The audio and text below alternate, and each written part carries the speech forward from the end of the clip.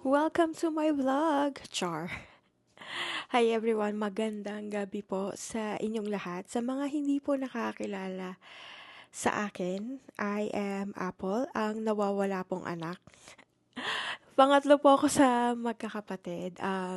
Ang nagmana ng kagandahan ni Evelyn at ang wittiness ni Boyet.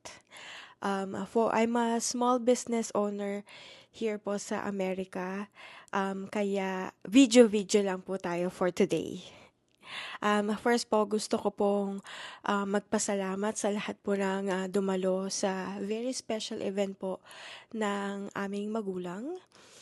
Your time and effort means so much to our family, to everyone who made this events possible, from my siblings, relative, friends, suppliers. Maraming maraming salamat po. And of course, to the parentals, happy anniversary mama and papa. Isipin nyo yon, 50. 'Di ba? Sana all. Sana all talaga. I know there's no perfect marriage, partnership, but there's an ideal one. And guys, this is it. The Boyet and Evelyn love team. This is my parents are the true example of for richer and for poorer, that's in sickness and in health. Sa lahat ng problema, challenges na um, you guys went through, thank you for always choosing each other. I know um, that is not just for us, your kids, but for you both. In this lifetime, having a complete family is priceless. And thank you for giving that to us. And I'm sorry hindi tayo complete today. And I know in I know we might not understand the reason why right now, but I do believe in God's perfect time and his way. Magiging complete din tayo soon. I know I often hear na nagbago ako for good or for bad or whatever it may be. But one thing I can assure you both, the core values that both of you instilled in me is rock solid. Kaya nga hanggang ngayon, single pa rin si Apple. Sa mga panahong maraming nagsasabi sa akin na magpakasal na ako, for whatever reason it may be.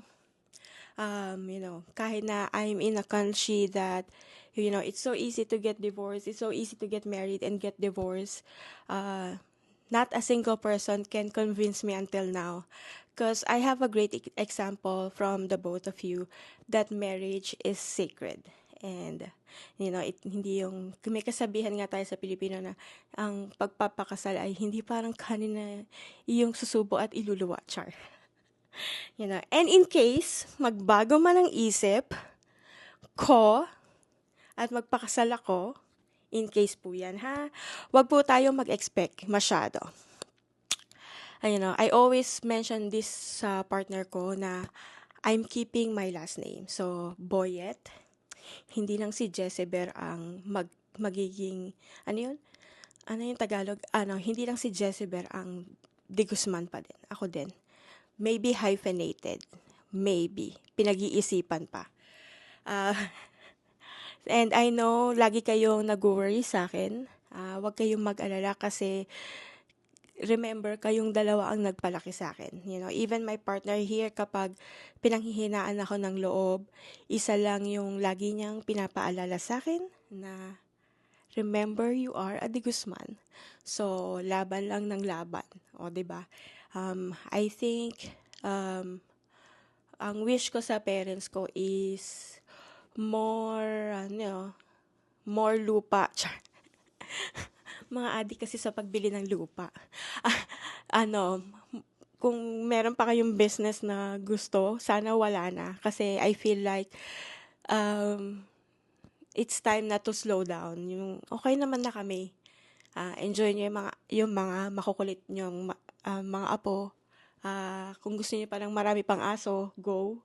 Go for the more dogs. And relax na. If possible, mag-travel hanggat kaya pang mag-travel na tayo. Kung gusto niyo pumunta rito sa Amerika, basta sagot nyo. Basta sagot nyo, walang problema. Ano, yon and yun na, slow down na. And happy anniversary.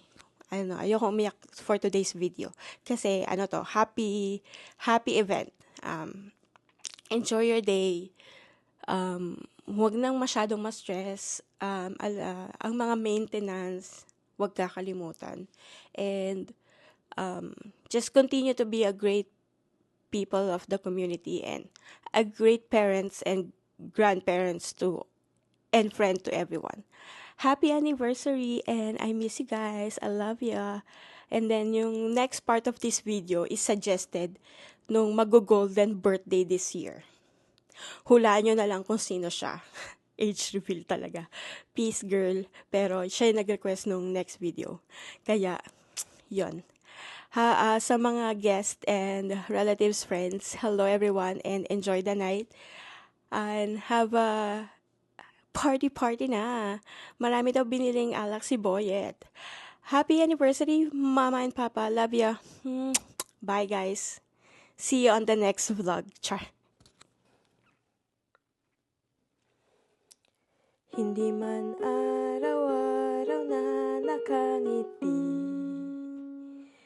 ilang beses na rin tayong humihindi. Di na mabilang ang ating mga tampuhan. Away bati natin, di na namamalayan. Eto tayo hanggang sa huli. Palagi babalik pa rin sa yakap mo hanggang sa huli. Palagi pipiliin kong maging sa'yo.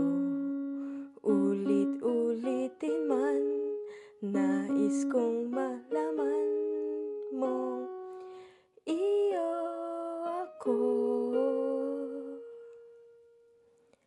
Palagi